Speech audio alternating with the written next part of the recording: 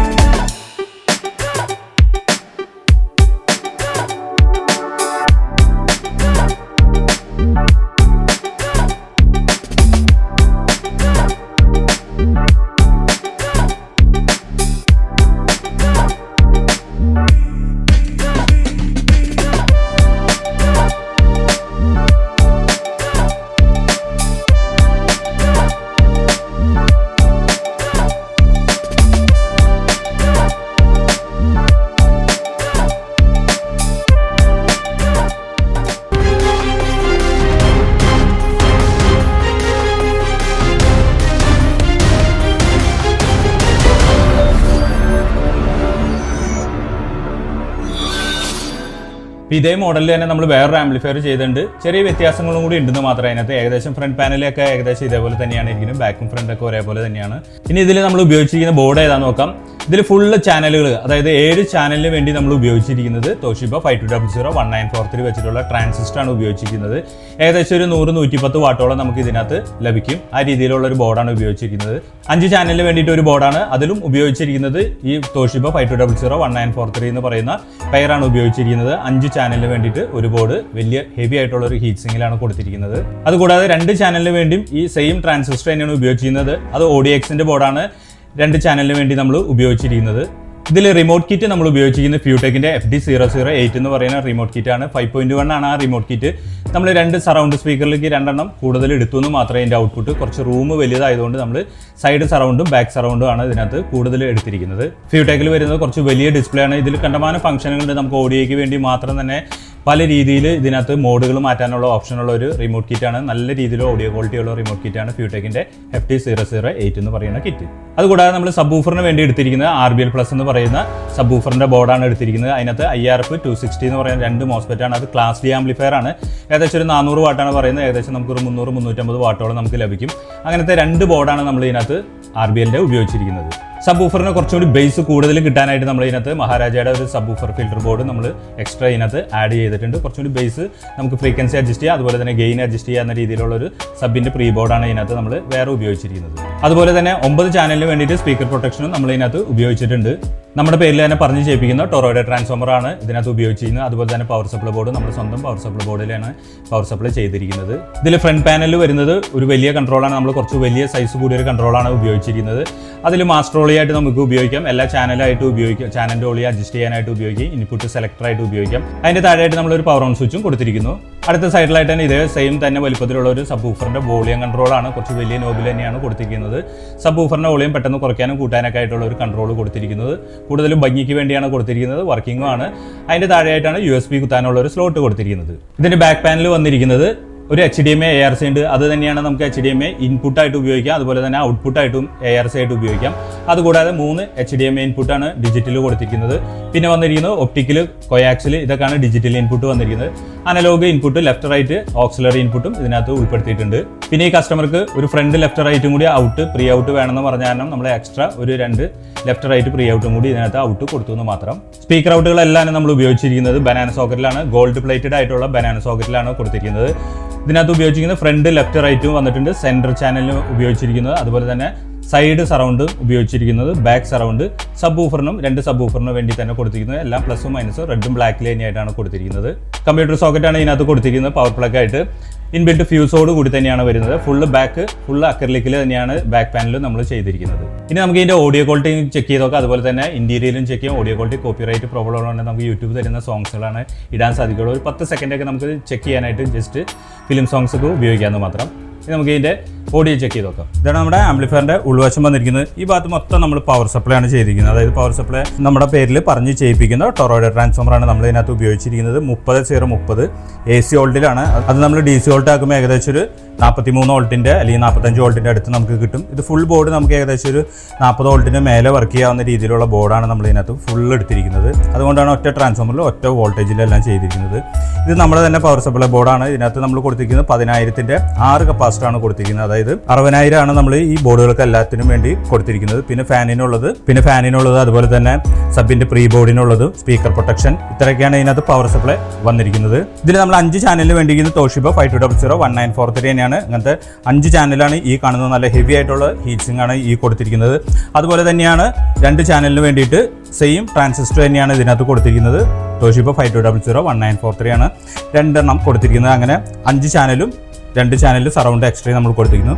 Sub ഊഫറിന് വേണ്ടി എടുത്തിരിക്കുന്ന IRF 260 വരുന്ന 260 വരുന്ന മോസ്ഫെറ്റ് ആണ് എടുത്തിരിക്കുന്നത്. ഇത് ക്ലാസ് ഡി ആംപ്ലിഫയർ ആണ്. നമ്മൾ RBLന്റെ ബോർഡ് 2 ക്ലാസ് ഡി ആംപ്ലിഫയർ എടുത്തിരിക്കുന്നത്. ഏകദേശം 400 വാട്ട് പറയുന്നുണ്ടെങ്കിൽ നമുക്ക് 300-350 വാട്ടോളം ഇതിൽ നിന്ന് നമുക്ക് ലഭിക്കും. അതുപോലെ തന്നെ സ്പീക്കർ പ്രൊട്ടക്ഷൻ കൊടുത്തിരിക്കുന്നത് 9 ചാനലിന് വേണ്ടി നമ്മൾ സ്പീക്കർ പ്രൊട്ടക്ഷനാണ് ഈ കൊടുത്തിരിക്കുന്നത്. അതും പ്രത്യേകത എന്താണെന്ന് വെച്ചാൽ നമ്മൾ ഹീറ്റ് ആവുന്നതിനനുസരിച്ച് ഫാൻ കറങ്ങാവുന്ന രീതിയിലുള്ള സ്പീക്കർ പ്രൊട്ടക്ഷനാണ് ഇതിനകത്ത് ഉപയോഗിച്ചിരിക്കുന്നത്. അതിൻ്റെ താഴെയായിട്ട് നമ്മൾ മഹാരാജയുടെ ഒരു സബ് ഫിൽറ്റർ ബോർഡ് കൂടി അതിൻ്റെ താഴെ ഈ ബോർഡിൻ്റെ താഴെ കൊടുത്തിട്ടുണ്ട്, കുറച്ച് ബേസ് കൂടുതൽ കിട്ടാൻ. ഇതാണ് ഫ്യൂടെക്കിൻ്റെ FT008 എന്ന് പറയുന്ന ബോർഡ് വന്നിരിക്കുന്നത്. ഇതിനകത്ത് 3 HDMI ഇൻപുട്ട്, ഒരു ഔട്ട്പുട്ട്. ഇത് ARC ആയിട്ട് നമുക്ക് വർക്ക് ചെയ്യാം. അതുപോലെ തന്നെ 2 ഓപ്റ്റിക്കൽ, കൊയാക്സിൽ, അനലോഗ് ഇൻപുട്ട്, ഇത്രയൊക്കെയാണ് തന്നെ. ഇതിൻ്റെ ഫ്രണ്ട് പാനലിലാണ് നമ്മൾ ഡിസ്പ്ലേ ഫ്രണ്ടിലാണ് കൊടുത്തിരിക്കുന്നത്. ഇതാണ് HDMIക്കും അതുപോലെ തന്നെ റിമോട്ട് കിറ്റിന് വേണ്ടി നമ്മൾ ഉപയോഗിച്ചിരിക്കുന്ന ഫ്യൂടെക്കിൻ്റെ FT008 എന്ന് പറയുന്ന മോഡൽ എടുത്തിരിക്കുന്നത്. ഈ ഭാഗത്തെല്ലാം സ്പീക്കർ ഔട്ടുകളാണ്. നമ്മൾ ഗോൾഡ് പ്ലേറ്റഡ് ആയിട്ടുള്ള ബനാന സോക്കറ്റാണ് എടുത്തിരിക്കുന്നത്. അതിൻ്റെ പ്ലസും മൈനസും ആണ് കൊടുത്തിരിക്കുന്നത്. ഇതിൻ്റെ മൈനസ് കോമൺ ആണ്, അതുകൊണ്ടാണ് ഇങ്ങനെ കൊടുത്തിരിക്കുന്നത്. നല്ല ഹെവി ആയിട്ടുള്ള ഒരു ബനാന സോക്കറ്റാണ് കൊടുത്തിരിക്കുന്നത്. വയറുകളെല്ലാം 0.5 mm V-ഗാർഡിൻ്റെ വയറാണ് ഇതിനകത്ത് ഉപയോഗിച്ചിരിക്കുന്നത്. അതുപോലെ തന്നെ നല്ലൊരു 3-പിൻ കമ്പ്യൂട്ടർ സോക്കറ്റാണ് നമ്മൾ ഫ്യൂസോട് കൂടിയുള്ളത് ഒരു സോക്കറ്റും കൊടുത്തിരിക്കുന്നത്. ഇത്രയൊക്കെയാണ് ആംപ്ലിഫയറിൻ്റെ ഉൾവശം വന്നിരിക്കുന്നത്. ഇപ്പം നമ്മൾ കൊടുത്തിരിക്കുന്നത് കടയിൽ സ്ഥിരം ഉപയോഗിക്കുന്ന സ്പീക്കറിലാണ് നമ്മൾ തൽക്കാലം കൊടുത്തിരിക്കുന്നത്. ഈ കാണുന്ന 2-വേ ബോക്സ് 4 ഇഞ്ചിൽ സെൻട്രൽ സ്പീക്കർ, 2 4 ഇഞ്ച് ട്യൂട്ടർ, അതുപോലെ തന്നെ ലെഫ്റ്റ് റൈറ്റും റിയറും അതുപോലെ തന്നെ 4 ഇഞ്ച് തന്നെയാണ്. സബ് ഊഫർ നമ്മൾ സ്ഥിരം ഉപയോഗിക്കുന്ന സോണിയുടെ 12 ഇഞ്ച് സബ് ഊഫറാണ് കൊടുത്തിരിക്കുന്നത്. 5 ചാനലും 1 സബ്ബാണ് കൊടുത്തിരിക്കുന്നത്. നമ്മൾ 2 സബ്ബല്ല 1 സബ്ബാണ് കൊടുത്തിരിക്കുന്നത്. 5 ചാനലും 1 സബ്ബും. ഇത് നമ്മൾ ഡയറക്റ്റ് വീഡിയോ പിടിക്കുന്നതാണ്. ഇതിനകത്ത് യാതൊരു ഓഡിയോ മിക്സിങ്ങോ കാര്യങ്ങളോ ഒന്നുമില്ല. ഡയറക്റ്റ് ആണ് ഇതിനകത്ത് റെക്കോർഡ് ചെയ്യുന്നത്. ഇനി നമുക്കൊന്ന് പ്ലേ ചെയ്ത് നോക്കാം.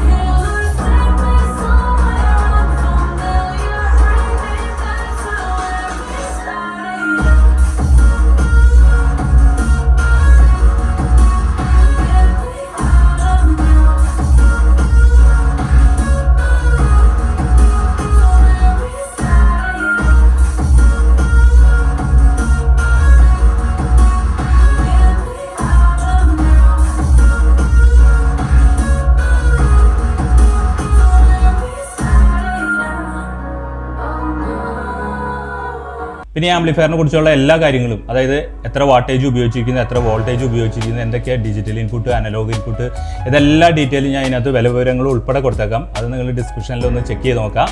പിന്നെ ഡീറ്റെയിൽ കൂടുതൽ അറിയണമെന്നുണ്ടെങ്കിൽ മാക്സിമം നിങ്ങൾ വാട്സപ്പ് ചാറ്റ് ഒഴിവാക്കിയിട്ട് കോൾ വിളിക്കാൻ നോക്കാം. ഇത്രയൊക്കെയാണ് ഇന്നത്തെ വീഡിയോസിലൂടെ. ഇന്നത്തെ വീഡിയോ നിങ്ങൾക്ക് എല്ലാവർക്കും ഇഷ്ടമാവുകയാണെങ്കിൽ, അതുപോലെ തന്നെ ഉപകാരപ്പെടുകയാണെങ്കിൽ ലൈക്ക് ചെയ്യാനും ഷെയർ ചെയ്യാനും കമൻറ്റ് ചെയ്യാനും മറക്കരുത്. കൂടാതെ സബ്സ്ക്രൈബ് കൂടി ചെയ്യാൻ നോക്കുക. സബ്സ്ക്രൈബ് ബട്ടൻ്റെ തൊട്ടടുത്ത് തന്നെ ഒരു ബെല്ലൈക്കൺ കാണാം. അത് അമർത്തിയാലും നമ്മുടെ ചാനലിൽ വരുന്ന എല്ലാ വീഡിയോസും നിങ്ങൾക്ക് പെട്ടെന്ന് നോട്ടിഫിക്കേഷൻ ആയിട്ട് ലഭിക്കുള്ളൂ. ഇനി നമുക്ക് അടുത്ത വീഡിയോയിൽ കാണാം.